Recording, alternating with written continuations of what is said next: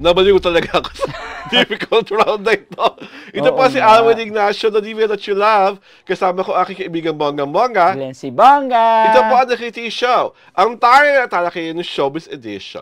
Dahil nga alam na naman natin lahat na hiwalay na ang dekulor at puti, ni na Maris Racal at icon Rico Blanco ang tanong ng bayan. Panahon na ba para ibuyo si Maris Racal sa kaidaran niya o sa mas bata sa kanya? Ikaw, kaibigan Glenn, ano ang gusto mo maging next boyfriend ni Maris Racal? Mas bata o kaidaran niya?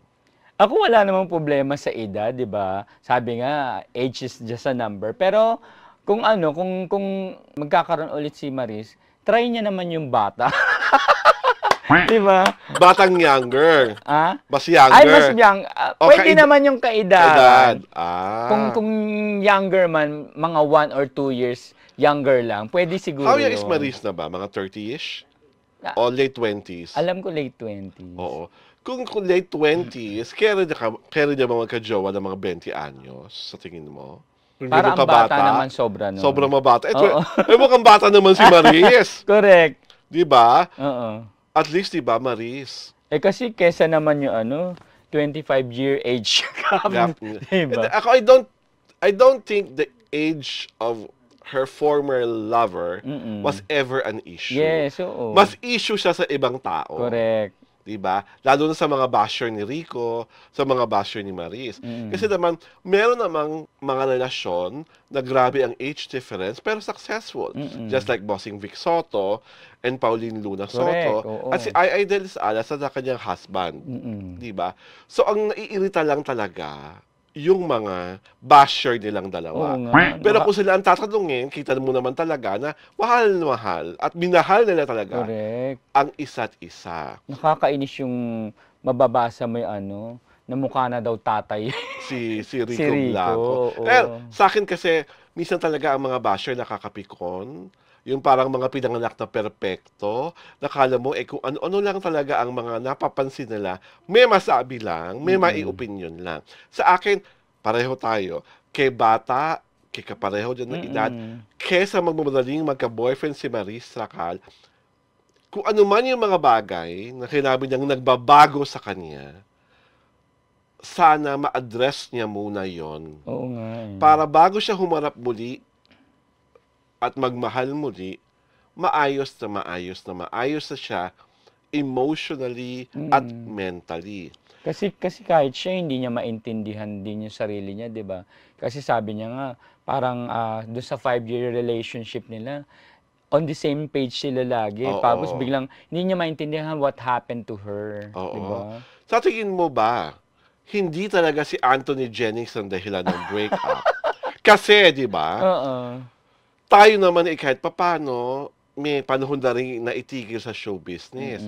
Marami na tayong nabasa at nakita mga relasyon na lagi kinasabing, hindi siya ang dahilan, hindi siya tapos, lo and behold, after a few months, after a few years, biglang, sila pala talagang dalawa. Correct. At siya pa talaga ang dahilan ng breakup. Oo nga. So, sa tingin mo, hindi ba talaga si Anthony Jennings ang dahilan? Kasi kinakabahan ako, baka isang araw, biglang yung non-showbiz girlfriend naman ni Anthony Jennings ang mag-iiyak at sasabing break na sila. Kasi 'di ba, yun nga yung tulad nung tinatalakay natin last time about sa Maton, 'di ba? Na maganda yung working tandem nila Marisa sa ni Anthony dahil aprobado at suportado ng kanilang mga jowa, 'di ba? Tapos ngayon biglang nawala ng jowa si Maris. Kaya syempre parang madaling ituro ng mga tao. Si Anthony dahilan. Si Anthony, oo, 'di ba? Dahil nga alam mo naman sa Pilipinas pagka sinasabing lagi magkasama, nade-develop sa isa't isa, mga ganung-ganung bagay, 'di ba? Parang feeling ko lahat ng sinasabi mong 'yan, lalabas pag malapit na lumabas ang pelikula nila. Correct. Na-develop sila, nagmamahalan na talaga sila. Tapos biglang ang amin si Anthony, na matagal na kaming break tong girlfriend ko. Oo nga. 'Di ba? Unpredictable. Pwede ibahin yung plot, 'di ba? Pero natuwa ang mga mga fans ng Maton. Tuwang-tuwa naman. Halata naman. Huwag magpanggap. Huwag umeme na, we're feeling for you, Maris. Awang-awa kami sa'yo, girl. Yung totoo. Yung totoong totoo. Pero syempre, nandun pa rin yung pag-unawa at pag-alalay nila na mag-heal muna si Maris. Dapat naman talagang mag-heal si Maris Racal para lang walang masabi ang mga tao. Kasi nalagay si Anthony Jennings bigla sa isang sitwasyon na hindi naman niya ginusto. Correct. Kasi kahit sa ang anggulo mo tingnan, walang maniniwala na hindi si Anthony ang isa sa mga dahilan ng pagbabago at pagbubukas ng mga mata ni Maris sa iba't ibang posibilidad sa buhay niya. Diba? Lalo na't hindi maipaliwanag ni Maris kung anong nangyari sa kanya. Oo. Diba? Para bigla siya naging babaeng nawawala sa sarili. Hindi niya mawari. Ano ba to? Ano nangyayari sa akin? I am changing. And then the changes, whatever they were, and they are, sinabi niya ng matino kay Rico. At si Rico naman tinanggap. At may blessing naman si Rico na kung sino man ang mamahalin niyang susunod. Para nga sila naging somewhere down the road, di ba? Yes. The right love. At the wrong time. Yung 5 years bang yun? Wrong time? Oo nga. Diba? Parang feeling ko naman hindi wrong parang time. Kung ilang buwan lang siguro, pwede, di ba? Pero 5 years. 5 years. At sa 5 years yun, parang ibig sabihin, nung pumasok kayong dalawa sa relasyon, hindi kayo talaga totoong-totoo sa isa't isa. Dahil biglang ngayon lang lumabas Oo nga di ba? Diba? At least maganda lang, hindi sila kasal. Walang ganon, wala pang engagement whatsoever, walang ganon mga announcement. Tama. And kasi, sa totoo lang, relatively young pa naman talaga si Maris. Yes. Diba? And we're not being ageist about this, Hindi na, ayaw namin paparatangan na, may ageism issues kayo, pero kayo mas matanda si Rico Blanco, ginagano nyo. Sa totoo lang po, kaedad namin si Rico Blanco. Correct. Kaya, nauunawaan namin, Kuya Rico, ang pinagdadaanan mo. At kung bakit ganyan ka-gentlemanly ang pag-handle mo sa breakup. Oo, saka ang maganda lang doon, naipakita nila Marisa sa ni Rico na yung breakup, hindi kailangan maging messy, di ba? Yes. Di ba? Kailangan nga lang televised. At saka nasa press con. Nasa press con. At kailangan parang may may Wag na! Parang kailangan may nagpaparikit ng apoy sa paligid-ligid ng linga. Para on cue ang pagluha. At ang pagkasabi in perfect English na Koleala sounding, di ba? I don't understand. Yung very I win shoe. Di ba? It's over. It's over, Emi. Kaya galing yung parikit? Hayaan mo na. Na lang. Diba? Nadala lang spur of the moment. Spur of the moment. Pero, Maris, in fairness to you, best performance of your life yon. Talaga, ang galing-galing mo doon, girl. Diba? Kung yun acting,